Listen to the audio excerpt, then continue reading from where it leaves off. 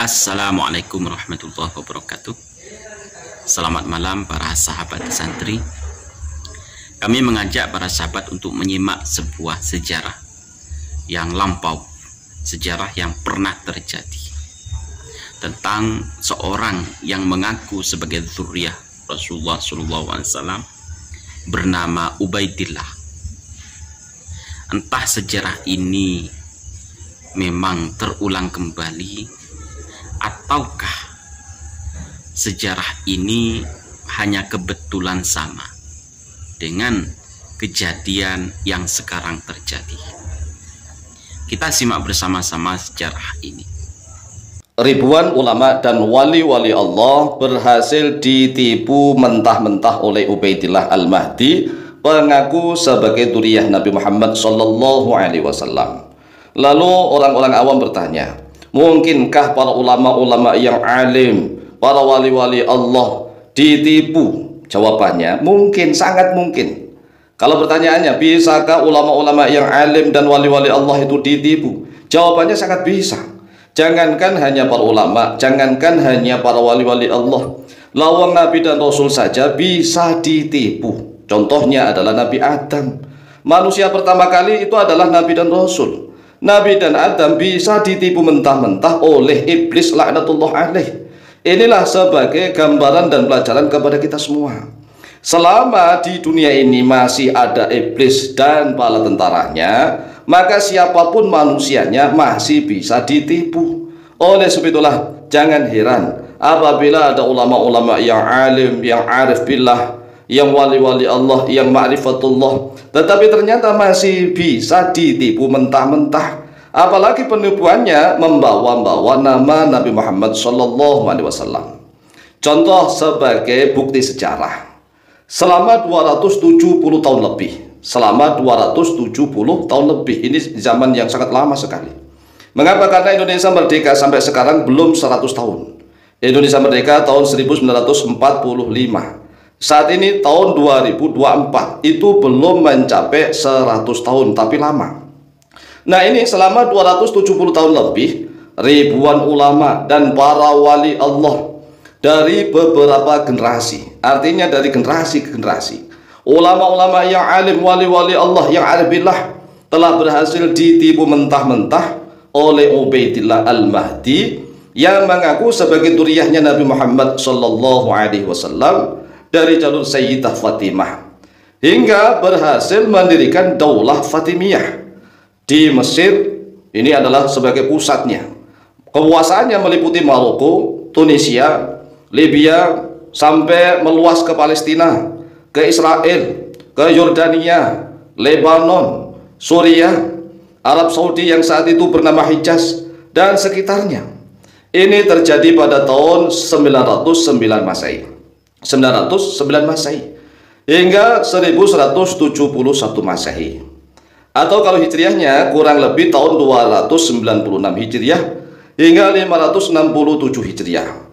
Nah, tahun ini, zaman ini 296 hijriah hingga 567 hijriah ini adalah zaman keemasan Islam, zaman keemasan agama Islam. Tatkala itu muncul banyak ulama, di dalamnya adalah ada Ibnu Jarir At-Tabari, kemudian ada Imam Al-Huraiman Al-Juwaini, ada Imam Al-Baqillani, ada Imam Al-Ghazali. Imam Al-Ghazali juga di sekitar ini, karena Imam Ghazali lahir pada tahun 450, wafat pada tahun 505 Hijriah. Nah, ini masih ada ulama-ulama yang alim.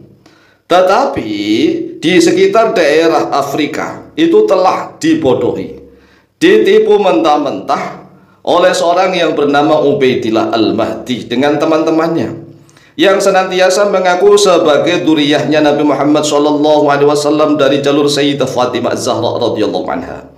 Siapapun yang menentangnya akan kualat.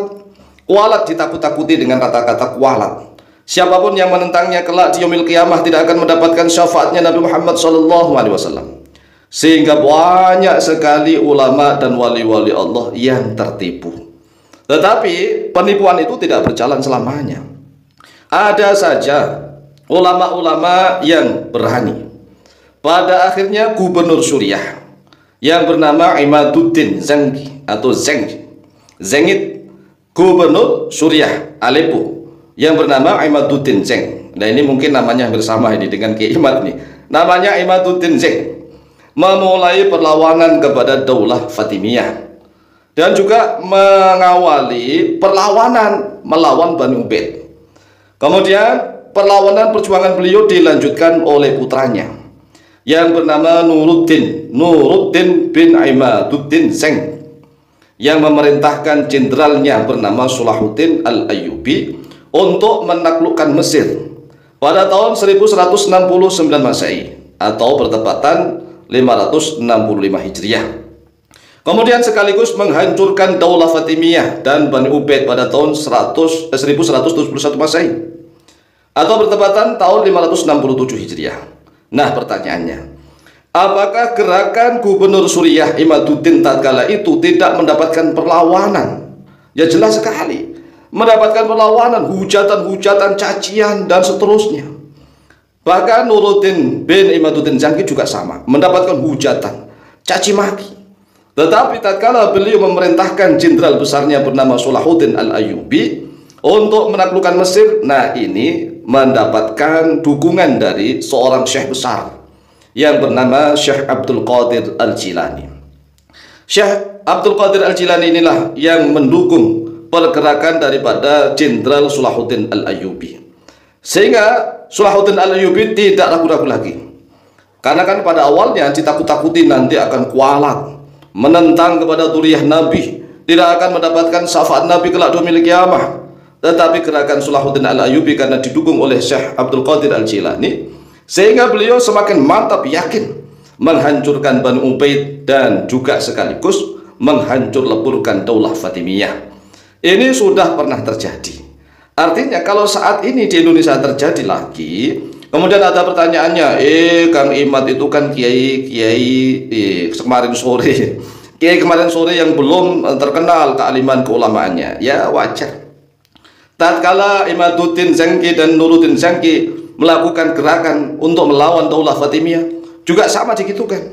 Tetapi akhirnya gerakan itu semakin masif mendapatkan dukungan Syekh Abdul Qadir Al-Jilani, sehingga Daulah Fatimiyah yang mengaku sebagai duriyah Nabi Muhammad SAW dari jalur Sayyidah Fatimah, khususnya dari jalur Ismail bin Ja'far As-Shadiq, maka mereka menyebarkan faham Syiah Ismailiyah.